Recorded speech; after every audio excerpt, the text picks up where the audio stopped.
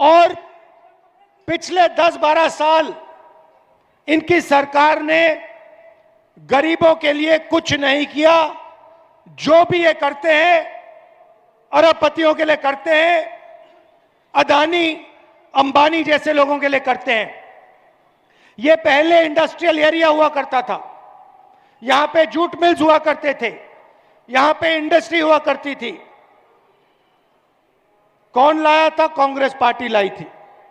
और आज की सच्चाई चाहे ममता जी हो, चाहे नरेंद्र मोदी जी हो, इनको रोजगार से कुछ लेना देना नहीं, इनको इंडस्ट्री से कुछ लेना देना नहीं। ये सिर्फ सत्ता चाहते हैं, जनता के लिए काम नहीं करते हैं। नरेंद्र मोदी जी ने नोटबंदी की, गलत जीएसटी लागू कर दी और देश में जो भी छोटी छोटी कंपनियां थी, कारखाने थे, इंडस्ट्री थी, उन सारों को जानबूझ के नरेंद्र मोदी ने खत्म कर दिया, मार दिया। और जो काम नरेंद्र मोदी हिंदुस्तान में कर रहा है, वही काम टीएमसी और ममता जी आपके बंगाल में कर रही हैं। आप देखिए, सबसे पहले नरेंद्र मोदी जी जनता के लिए कुछ नहीं करते, 2-3 अरबपतियों के लिए काम करते हैं और पूरा का पूरा फायदा या नरेंद्र मोदी को जाता है या फिर बीजेपी के नेताओं को और बीजेपी के संगठन को जाता है। यहां पे भी ममता जी वही कर रही हैं। इंडस्ट्री खत्म कर दी, बेरोजगारी फैला दी।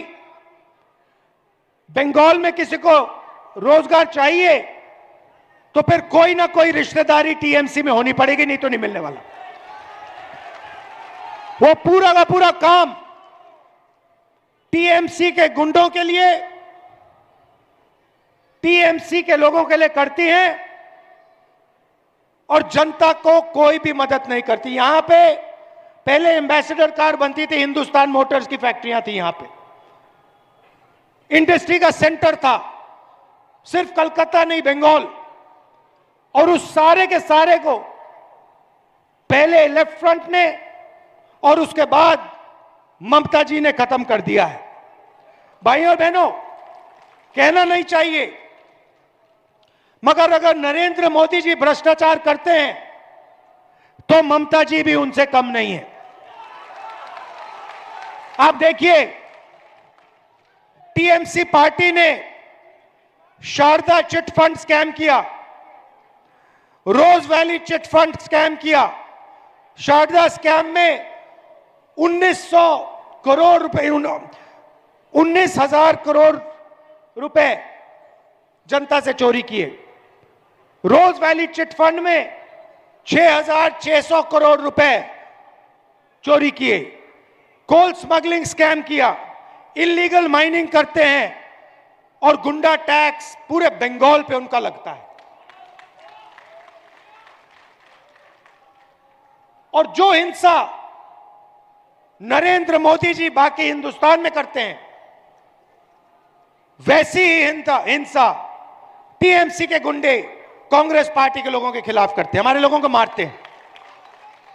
ममता जी ने बंगाल से वायदा किया था कि 5 लाख लोगों को वो रोजगार देंगी।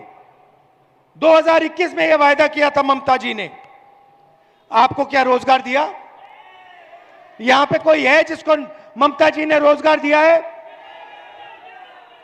बिल्कुल नहीं। 84 लाख बेरोजगार युवा ने अप्लाई किया है अनएम्प्लॉयमेंट अलाउंस के लिए। यह बंगाल की सच्चाई है। आप पहले देश को रास्ता दिखाते थे, आजादी की लड़ाई में आप सबसे आगे थे, अंग्रेजों से लड़ने में आप सबसे आगे थे, इंडस्ट्रियल सेंटर माना जाता था बंगाल, वो सब खत्म हो गया। और ममता जी ने आपके लिए पिछले सालों में कुछ नहीं किया। महिलाओं के पर अत्याचार की बात करें तो नरेंद्र मोदी की पार्टी करती है, उनके एमएलए, उनके एमपीज महिलाओं पर अत्याचार करते हैं, और यहां पे बंगाल में RG Kar rape and murder case हुआ। जिन्होंने ये काम किया, सरकार ने उनकी रक्षा की और कोई अकाउंटेबिलिटी नहीं है। भाइयों और बहनों, ममता जी बीजेपी के लिए बंगाल में रास्ता खोल रही है। यह सच्चाई है।